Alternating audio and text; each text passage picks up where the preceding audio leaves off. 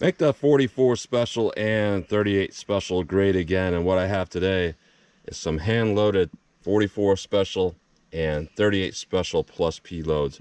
Mainly this test is around the 44 special cartridge because I have seen some absolutely terrible performance with 44 special, so I decided to come out and make my own.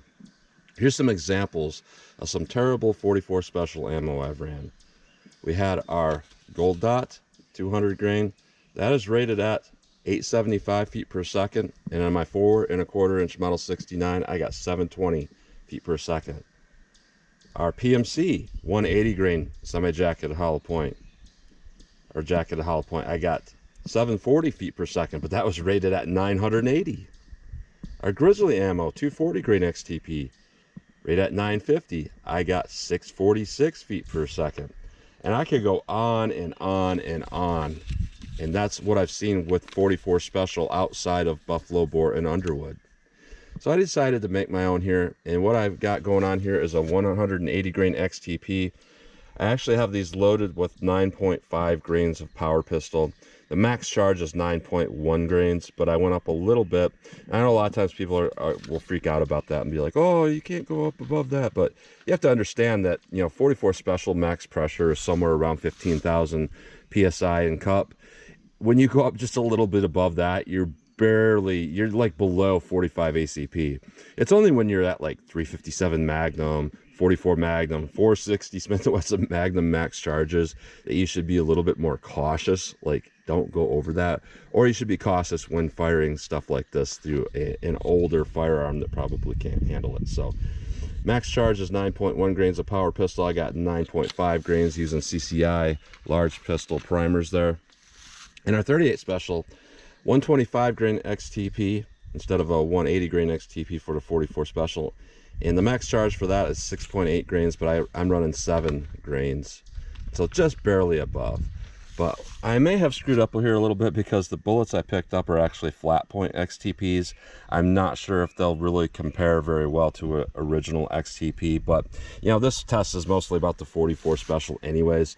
So, it's not like some sort of competition here where I'm trying to make things 100% fair and all of that. But I do want to get some better performance than what I'm used to. So I'm going to use my 4 1/4 inch Smith & Wesson Model 69 for the 44 special and my 4 1/8 inch Model 686 Smith & Wesson 686 to test the 38 special plus P. So we're going to go through the chronograph, see what kind of velocity and accuracy we get at the same time. Then I'm going to do my 10% clear ballistic test. So we're going to go into 10% plain clear ballistics to see what the best potential of those cartridges are. I started doing that because a lot of times when I would just do tests with denim, I would get a lot of clogged hollow points and never see what that bullet is supposed to look like expanded. So I've been doing a plain clear ballistics shot before my real world simulation shot with all of my tests. So we'll go into plain clear ballistics, see what we get for our best potential. Then I'm going to do a real world simulation test, 4 layers of denim on this first 3-inch piece that represents a pectoral muscle. After that, we'll have a 1/4 inch medium density fiberboard right here to represent hitting ribs or sternum.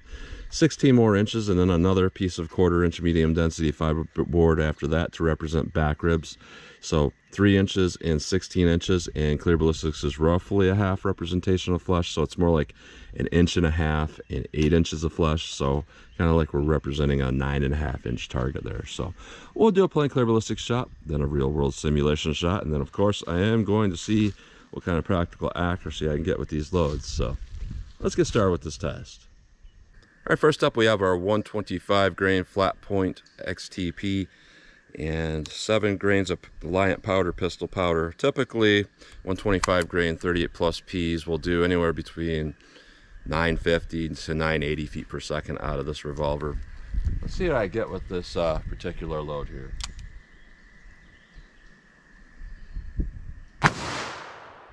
$1,087, 1102, 1108,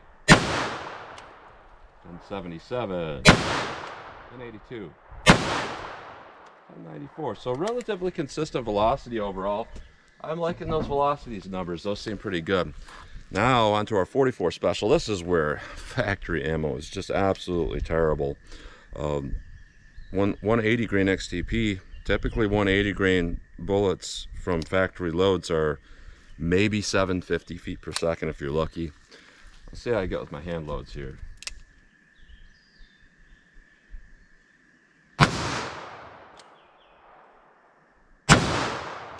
A little bit too much flash going on there. I think it's just having an issue here.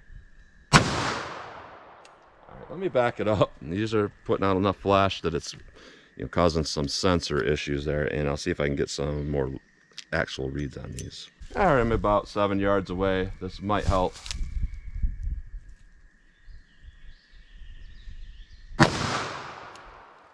$936.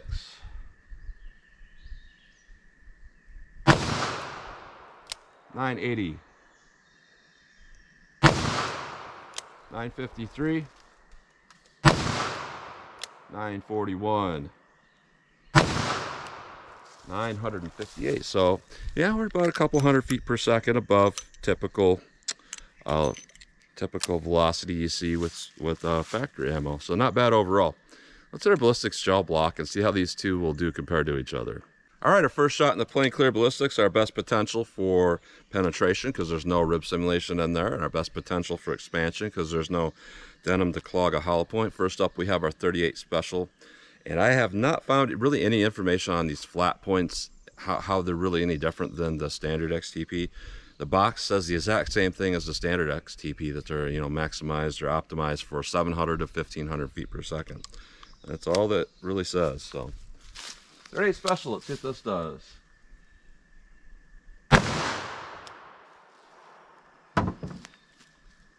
All right, 44 special. See how this compares. Let's go take a look.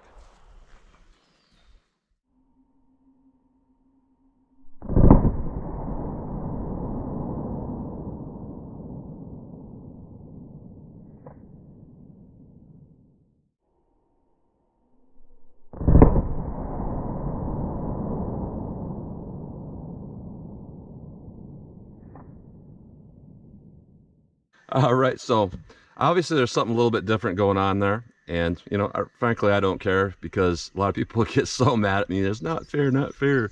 But this test is really, I was going to do this test without the 38 special. I just happened to find these bullets on a store shelf, so I grabbed them, so I had something else to compare. But definitely a big difference there in what those bullets do. So our standard XTP, a lot of penetration with that 38 special, and what we got going on here is about 27¼ inches of penetration. That's quite a bit of penetration there, but I don't see any expansion at all, which is funny because there's a lot of energy dump. You would think there would be expansion in there based on that. There's a nice straight line penetration too, which would mean it's not really tumbling. On the bottoms are 38, the tops are 44. But what's funny is that's going deeper than some ammo that's designed to go deep, which is pretty interesting. Our 44 special definitely has a little bit more damage going on in there, and I do see more bullet deformation. Our total track went to 22 inches and then the bullet rolled back. So very interesting there. I'm going to say based on this, you know, in these particular loads, even though this isn't really a fair test, our 44 special is doing a little bit better. So let's put in our rib simulation and see how these compare in our real world simulation. All right, our real world simulation, 4 layers of denim, 3 inches of clear ballistics, then a 1/4 inch medium density fiberboard to represent hitting ribs or sternum, 16 more inches of clear ballistics, and then another 1/4 inch medium density fiberboard. This is generally the test I trust more when, you know, judging if an ammo or bullet style is good or not, because, you know, typically a target that you're wanting to stop has ribs in it. So let's see if we get here with our 38 special.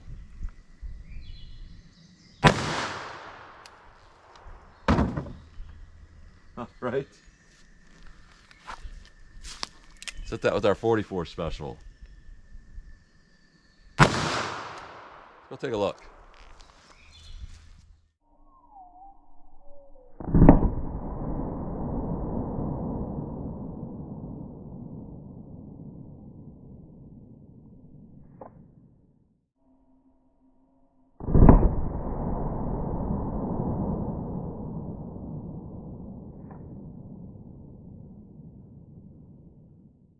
Well, I was not expecting any of what I'm seeing here. And this is interesting. These went very, very deep. I don't really see any evidence of expanding at all. And after going through our first 3 inches, which does have some pretty good energy dump, we went in perfectly straight, so we're not tumbling or anything like that with either of these. And we went through our back rib simulation here.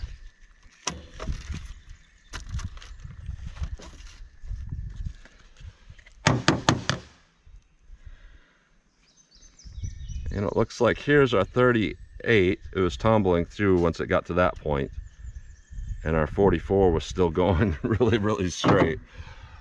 This is interesting because this actually beats Hornady's Dangerous Game load, their new, whatever it's called, DGH bullet for penetration in 357 Magnum, but which is the 44 special. So with our 38 special plus B, we got 26¼ inches. We're a little bit less, and we could add another ½ inch to that because I took out those rib simulations, but you know, not a big difference to add a ½ inch in there, but I'll just call it for where it's at, you know, 26¼ inches. Our 44 special, I don't see any evidence of expansion or anything like that. And camera parallax will make this look way different than my straight on view because that camera stretches it a little bit. But we are at 33½ inches of penetration. So that's a lot of penetration with both of those. But what's interesting is they didn't just straight line penetrate and not do much damage. They actually did a lot of damage that's typical for hollow points. So that's, I don't know how to call it. It's pretty impressive overall, pretty interesting. So let's pull these out of the block, take a close-up look, then I'll shoot our steel, see what kind of practical accuracy and shootability I can get with these. All right, so here's a close-up look at these bullets. These first 2 are unfired here. So our unfired 44 caliber.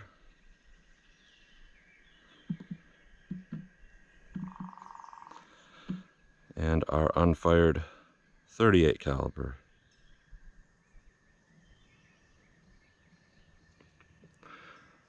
Now these first 2 here going through plain gel. There's our 44 special. And we have some controlled expansion. Doesn't get that big, but it's controlled. Now going through plain gel with our 38 here, there is a little bit of difference here with that bullet nose, how it deformed, because here's the unfired bullet. Right, here's the unfired, here's the plain gel. So that actually flattened, which is actually, that is what would allow it to go deeper without tumbling. You have a flatter front. So that's kind of like it was designed for penetration. And when we go through our rib simulation, not really any difference here with our 38. It is bent kind of more on one side than the other side, but not a big difference versus our plain gel. It looks like it just didn't get quite as flat as through our plain gel. Plain gel shot was way flatter. And then our 44 caliber here, going through our real world simulation, it completely clogged up with denim, which inhibited that expansion entirely. But even after that though, it just went in a perfectly straight line without tumbling much. So interesting performance overall. You know, XTPs are kind of known for this though, to get kind of moderate expansion, controlled expansion. So it's not really shocking to see this, but I was hoping for at least some good expansion. And the only thing we got was from the 44 special in plain gel. So very interesting test overall. Wasn't expecting to see him come out like this, but that's a close-up look at those bullets. All right, 14 yards from the target. I'm just gonna get a front sight picture, pop these off as fast as I think I can hit the target, and tell you what I think the difference is, and you know, felt recoil, and if it's worth it going up to a 44 special based on that recoil. Guns weigh about the same weight, so 38 special. Let's see how I do with this.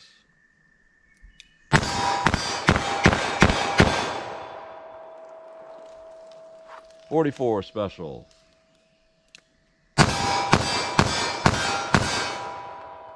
More recoil with this, but it's not substantially more. It's kind of like the difference between 9mm plus P and really lightly loaded 45 ACP.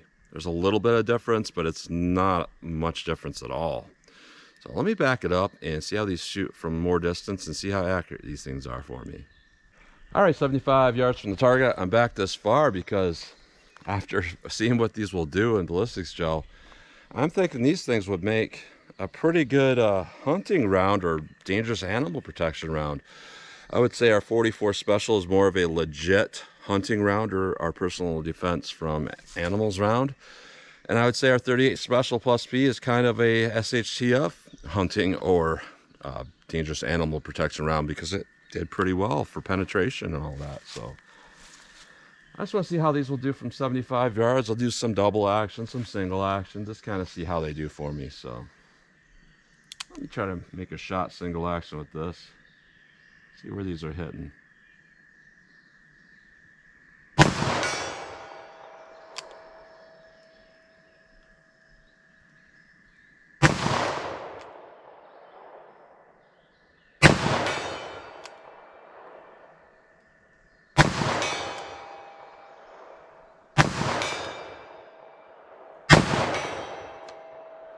All right, not too bad overall.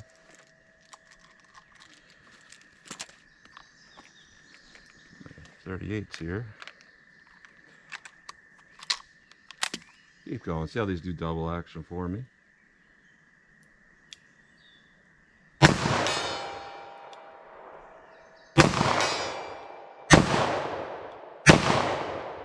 Alright, just trying to fire them fast to see if I can do it. A little too fast.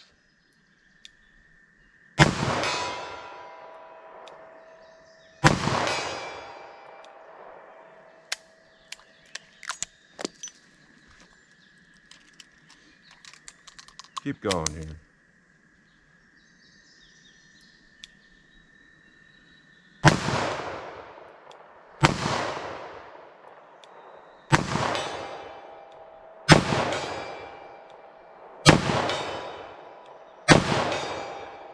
Alright, so those are not too bad overall. They hit pretty hard for what they are. Let's see where these 44s are hitting.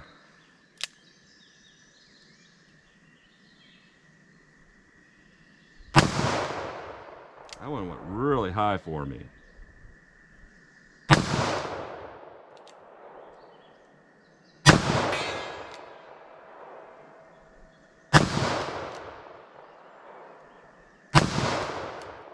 Alright, so I'm struggling a little bit with those. I'll keep going here. See if I can figure out where they're going.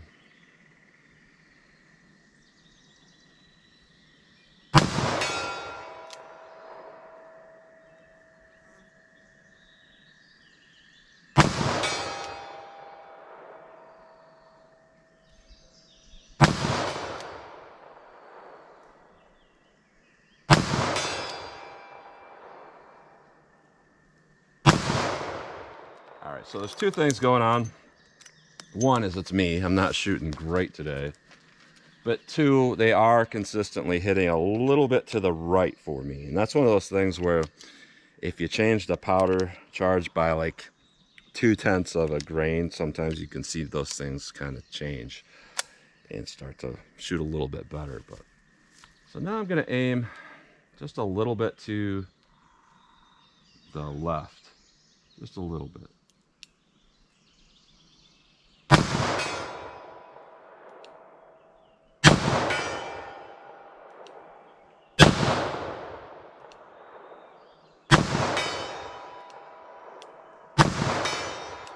Alright, so overall those are not bad for what they are. Accuracy was good enough.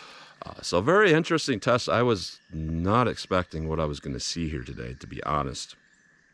I thought for sure, you know, I did some preliminary testing of this 44 Special. I put a little bit less powder in it. I did start with 9.1 grains. I came out here and I just ran some through the Chronograph and I ran some through plain clear ballistics, and it looked kind of like what I got today. But today I actually put 9.5 grains in these, and it did not really change my velocity. It did not increase my velocity at all. I got the same velocity as what I got from 9.1 grains in the past. But interesting here how these all played out. And with that flat point, I thought for sure at this velocity we'd still see some expansion with that 38. Didn't see anything at all. So probably this bullet, even though it says it's 700 to 1500 feet per second, that's what it says on the box, this is probably a better load for a Magnum cartridge. And my mistake, just looking at the store shelves and seeing XTP, not seeing that it said FP before it said XTP. They should really mark those a little bit different because they're easy to mess up. But overall, completely different than what I thought I was going to see. I thought I'd see good expansion overall. I think I'd get more velocity than my preliminary test and get a bunch of expansion with that 44. And I thought, well, maybe these 38s would still expand because I think we'll probably get close to 1100 feet per second was my guess. And that is what we got. But it looks like both of these are going to be actually pretty decent loads for like a woods round overall. Even though they're hollow points, they seem like a really good woods round. This is so bad though that we look at like Hornady's dangerous game ammo. I did essentially the same test. The only difference was I put some vinyl and some carpet rather than just denim on that first 3-inch piece. And with that, this 38 is like basically beating, I think, both the 357 mag and the 10mm penetration. It's beating both of those. So that's some pretty good penetration for 38 special being a hollow point. That's really, really good. So they're good in ways I didn't expect them to be good, but bad in ways I thought that they were going to be good. So very interesting here. Decent ammo, I would say, if you want woods protection, but not for regular, ordinary personal protection. So that's what you get today. So as always, comment, share, and like, and thanks for watching.